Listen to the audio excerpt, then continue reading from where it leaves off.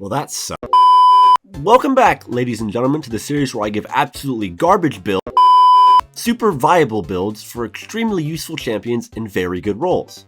See, I'll prove it to you. Let me just open up Google and there. Oh. Ladies and gentlemen, I give you Bard ADC.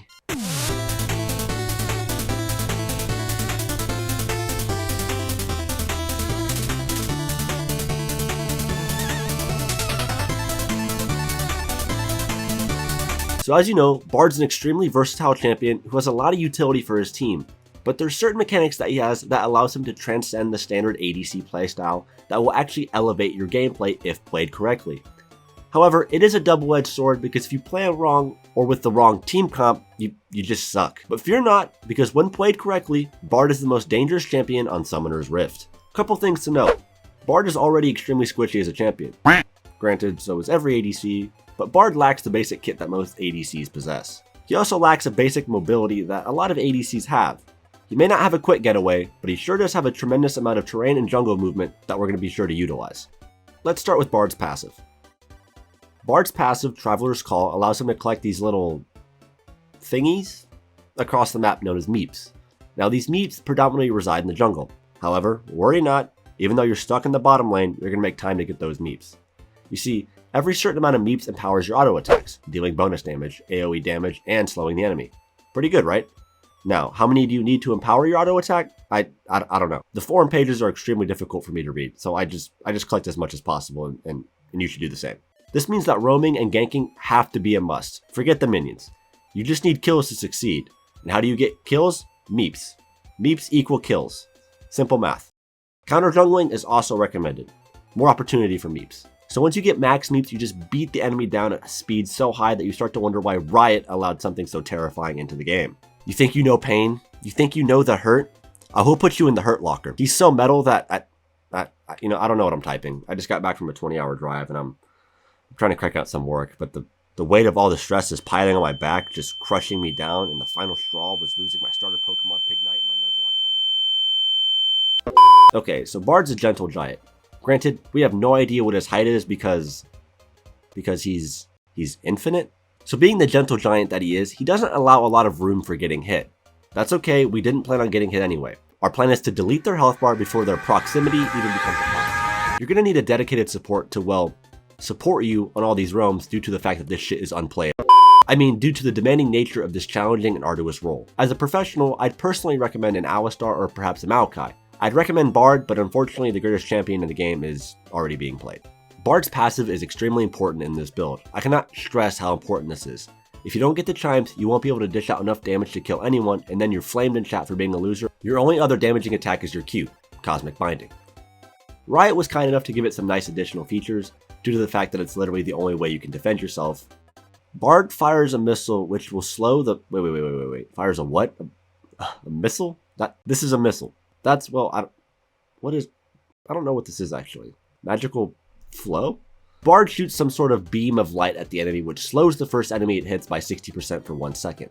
However, the beam continues through the enemy, and if there's another enemy or a piece of terrain behind them, the slow instead turns into a stun, stunning 2 enemies together or an enemy to a piece of terrain.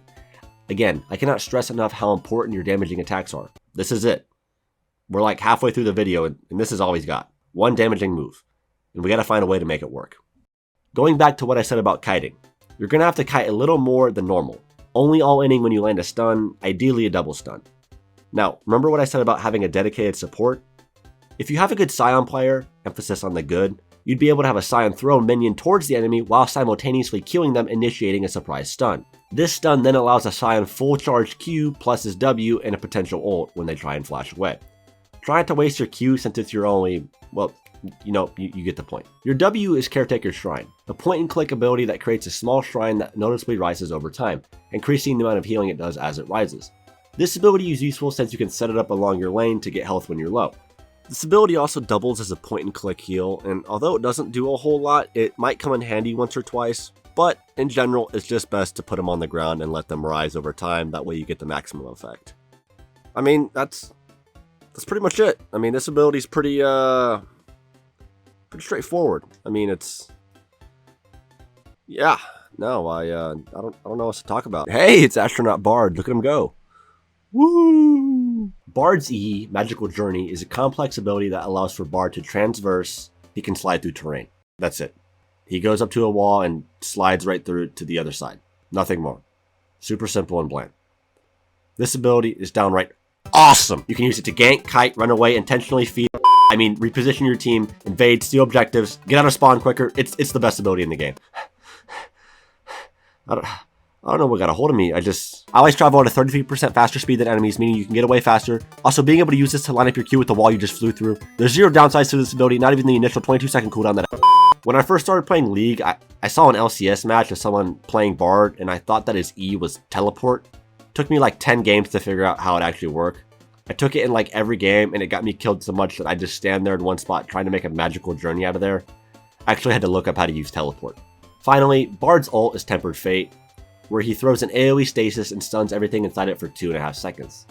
Imagine a circular Zonius. You can't target anything, flash out, nothing. You're stuck for 2.5 seconds. I want to point out that this ability is super useful for trolling your team. The ability remains useful in virtually every way, being able to buy you time to escape, freezing their front line, catching out stragglers, dive turrets, deny objectives, overall providing a lot of useful utility to your team.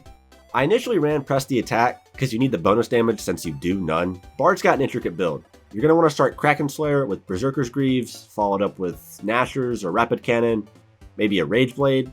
The point of this build is to make him an auto-attacking machine. The speed you get from the items along with the critical strike chance coupled with his meeps make him a force to be reckoned with. His fluffy and loving appearance is meant to throw off the enemy. Take advantage of that. Your priority should be getting meeps and getting items. We're playing for the late game. The really late game. We can't afford getting behind because as ADC Bard, you start behind.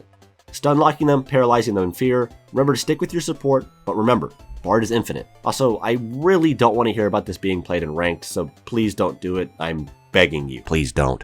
Playing ADC Bard might be the worst thing I've ever done within the game of League of Legends.